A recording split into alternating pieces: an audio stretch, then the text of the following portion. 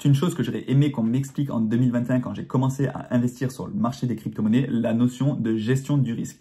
Et en fait, il y a plusieurs manières de gérer son risque, il y a plusieurs manières de prendre du risque dans le marché des crypto-monnaies. On va évoquer 3 notions différentes dans cette gestion du risque. La première chose, ça va être le timing en fait. À quel moment vous rentrez, à quel moment vous sortez. La deuxième chose, ça va être la capitalisation des cryptos sur lesquels vous investissez. Et la troisième chose, ça va être tout simplement les objectifs que vous allez avoir. Donc, on va parler de la notion de timing.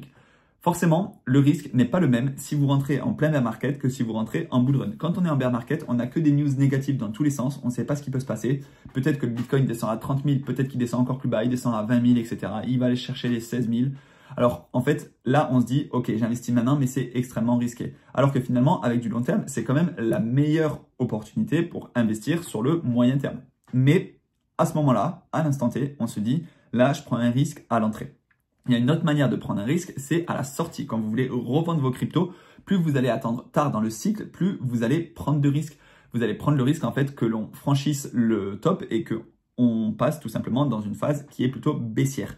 Il y a Eric qui a utilisé cette métaphore dans une vidéo et ça m'a paru très intéressant.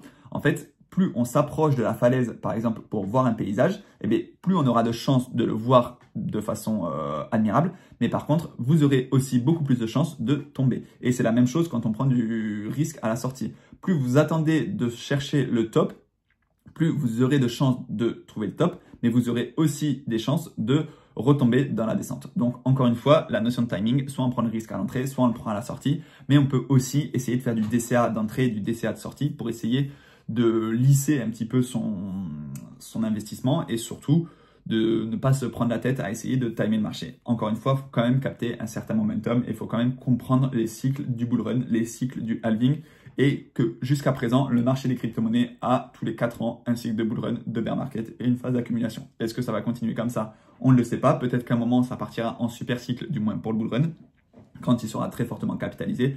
Mais pour l'instant, ce n'est pas encore ma conviction. La deuxième manière de prendre du risque, c'est la capitalisation des cryptos sur lesquels vous allez investir. Évidemment, vous ne prenez pas le même risque si vous investissez sur Bitcoin que si vous investissez sur un même coin du top 500. Vous ne prenez pas le même risque si vous investissez sur BNB ou Solana que si vous investissez sur une crypto qui est 600, 700, 800e sur CoinMarketCap. En fait, plus la capitalisation est faible, plus le projet va être volatile. Attention à ne pas confondre volatilité et risque, mais en fait, un petit projet aura des chances tout simplement de tomber à zéro et de finir aux oubliettes. Alors oui, avec des petits projets qui sont faiblement capitalisés, on peut faire des multiples intéressants, des x2, des x3, des x5, des x10, mais on peut aussi faire des moins de 99%. Faire un moins de 99% sur un Solana, un BNB ou un Bitcoin, c'est beaucoup moins probable. Alors attention, je ne veux pas dire que ça n'arrivera pas. Regardez ce qui s'est passé avec Solana au précédent cycle. On était à près de 200 $, on est redescendu aux 10 $. Donc, on a fait un plus de moins 90%. Mais voilà, il faut savoir quand même que plus vous allez chercher des crypto-monnaies qui sont fortement capitalisées, moins vous allez prendre de risques parce que généralement, ce sont des projets solides qui plaisent à de nombreux investisseurs et pour certains qui sont là quand même depuis plusieurs années. Quand on pense à Bitcoin et Ether, ils sont là quasiment depuis... Enfin, Ether est là quasiment depuis le début. Bitcoin, c'est lui qui a créé en fait le marché des crypto-monnaies en quelque sorte. Donc, la notion de timing, la notion de capitalisation et tout simplement les objectifs que vous allez avoir. En fait, c'est une manière de gérer son risque. Viser un x2, c'est pas du tout la même chose que de viser un x10. Et déjà, dites-vous quand même qu'un x2 dans le marché action, dans le marché traditionnel, dans la bourse, ça n'arrive que très rarement. Un x2 en quelques mois, en une année, ça n'arrive que très rarement. Alors oui, on a des exemples comme Nvidia, comme Tesla, etc., qui sont des entreprises ultra intéressantes sur lesquelles investir et on en a d'autres aussi, des petites entreprises qui pareil peuvent performer extrêmement bien, mais globalement la croissance du S&P 500 c'est entre 8 et 10% par an. Donc là, dites-vous quand même que faire un x2, un x3 sur une crypto-monnaie, c'est déjà très très bien. Et pourtant, certains vont chercher le x10, le x20, le x50 pour essayer de démultiplier leur patrimoine. Alors oui, ça peut être une opportunité de changer de vie, ça peut être vraiment quelque chose qui nous construit un patrimoine, chose que ça n'arrivera pas dans la bourse, du moins sur le très long terme. Oui, ça peut arriver, on peut faire des millions avec la bourse sur le très long terme en investissant régulièrement. Sur les crypto-monnaies, ça peut arriver beaucoup plus rapidement, mais c'est aussi parce qu'on peut perdre beaucoup plus rapidement. Et ça, il faut vraiment l'avoir en tête. Si on peut gagner vite, c'est parce qu'on peut perdre très très vite. Et vraiment, j'insiste sur le fait qu'on peut perdre très très vite. Il y a des crypto-monnaies qui perdent 90% de leur valeur en quelques semaines. Quelques semaines, ça n'arrive que très rarement dans le marché action parce que c'est un marché qui est beaucoup plus mature et les capitalisations des entreprises, elles sont quand même assez importantes, du moins celles sur lesquelles personnellement j'investis. Donc, ayez un objectif qui soit raisonnable, faites une prise de profit qui répond à une stratégie. Par exemple, dès que j'ai fait un x2 ou dès que j'ai atteint la TH, je vais vendre 50% de ma position. Et dès que j'ai refait un x2, ensuite, je vais revendre 50% de ma position.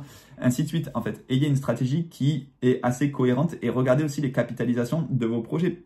Dites-vous, est-ce qu'un x10 sur cette crypto-monnaie, c'est possible? Une crypto-monnaie qui est déjà capitalisée plusieurs milliards, est-ce que c'est vraiment possible qu'elle fasse un x10? Ça nous amènerait par exemple dans le top 15 alors que cette crypto-monnaie, elle est super basse dans le classement.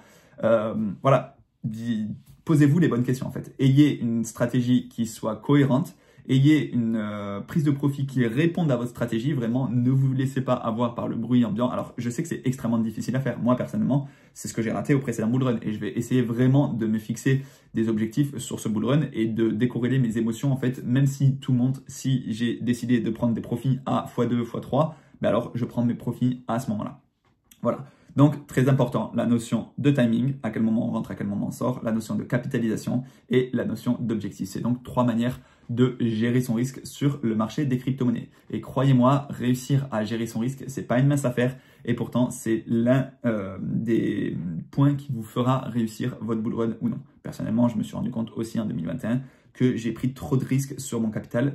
De l'argent que j'étais pas forcément prêt à perdre, que j'étais pas forcément prêt à voir fluctuer autant aussi rapidement. J'étais pas prêt à tout ça émotionnellement. Et donc, j'ai pris certaines des mauvaises décisions. Mais c'est pas grave, c'est comme ça qu'on apprend. J'essaye aujourd'hui de vous partager les petites erreurs que j'ai faites au précédent bull run. Maintenant, ça ne veut pas dire que je ne vais pas les refaire. Du moins, on les a en tête. On va essayer de mettre en place les bonnes pratiques tout simplement lors de l'année 2025 parce que là, on n'est plus dans une position de vendeur que dans une position d'acheteur. Là, je continue à renforcer sur quelques petites crypto-monnaies qui me paraissent intéressantes, mais globalement, je suis plus dans une optique de vendre la plupart de mes cryptos en 2025, bien que je garderai une partie de mes bitcoins sur le très long terme. Voilà, si vous avez des questions, ça se passe en commentaire. Dites-moi si ça vous a intéressé. Dites-moi comment vous gérez votre risque. Et vous avez tout ce qu'il vous faut dans la description pour ouvrir des comptes sur les différentes plateformes avec les liens de parrainage, les bonus à l'ouverture, etc. Et nous, on se dit à très bientôt. Ciao!